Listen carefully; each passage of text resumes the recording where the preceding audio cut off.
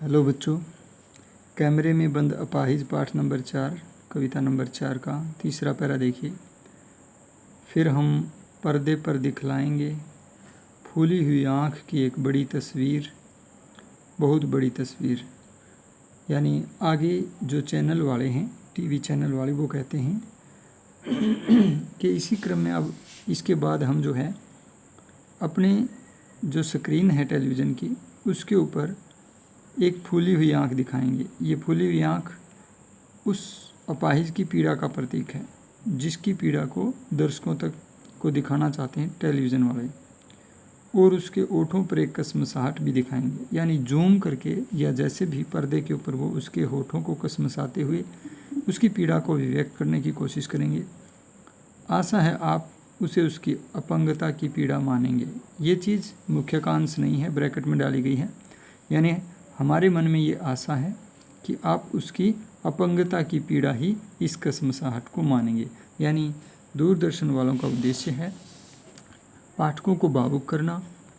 पाठकों को भावुक करने के लिए वो अपाहिज को उसका दर्द, उसकी पीड़ा याद दिलाते हैं।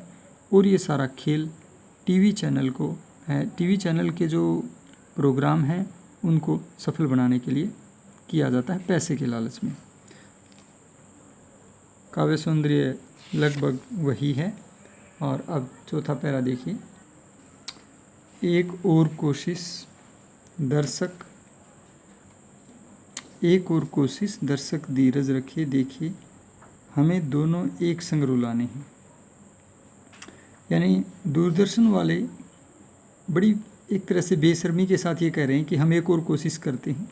उनको ऐसा लगता है कि शायद इतने से दर्शक भावुक नहीं होंगे,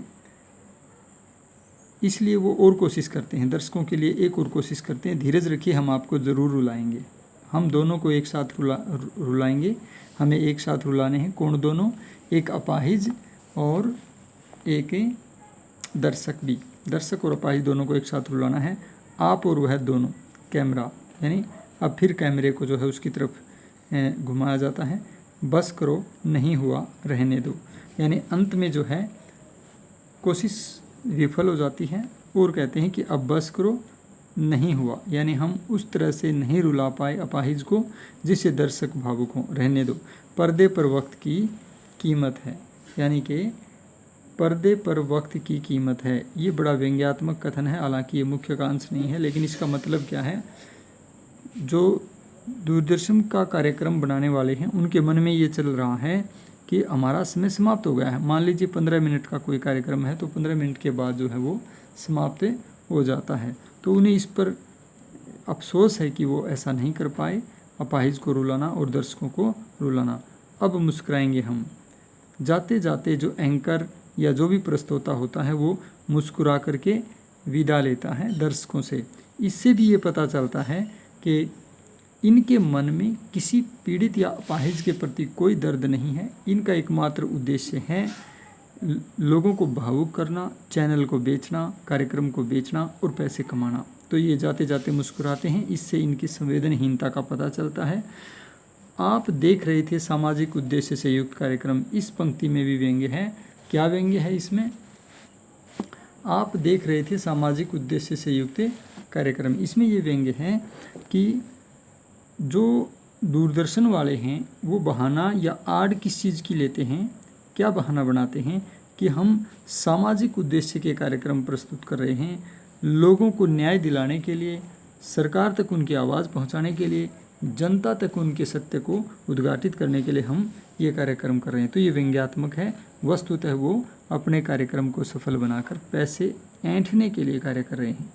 और बस थोड़ी ही कसर रह गई। धन्यवाद। मन में अब भी उनके यही अफसोस है कि काश और ज़्यादा भावुक होता अपाहिज व्यक्ति, रोता, और दर्शक और ज़्यादा भावुक होते और इनका जो कार्यक्रम है और ज़्यादा सफल हो पाता। तो थोड़ी सी कसर रहेगी। अब भी यही मलाल है दूरदर्शन वालों को।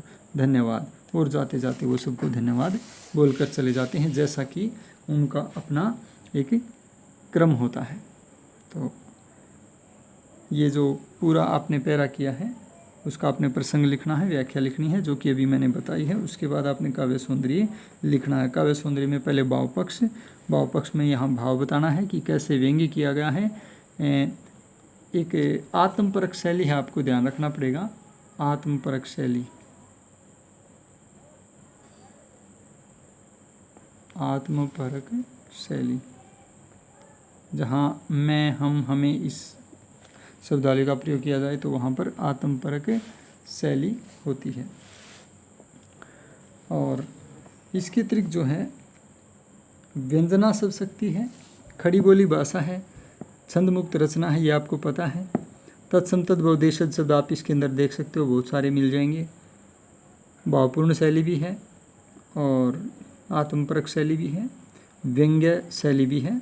एक साथ कई शैलियों का प्रयोग जो है रचनाकार कर सकता है। बिंब योजना बहुत ही सटीक है क्योंकि आप देखते हो कि इसमें दृश्य बिंब का बहुत ही सुंदर चित्रण है, गतिशील और दृश्य बिंब। और अनुप्रास अलंकार आपको कई जगह मिल जाएगा।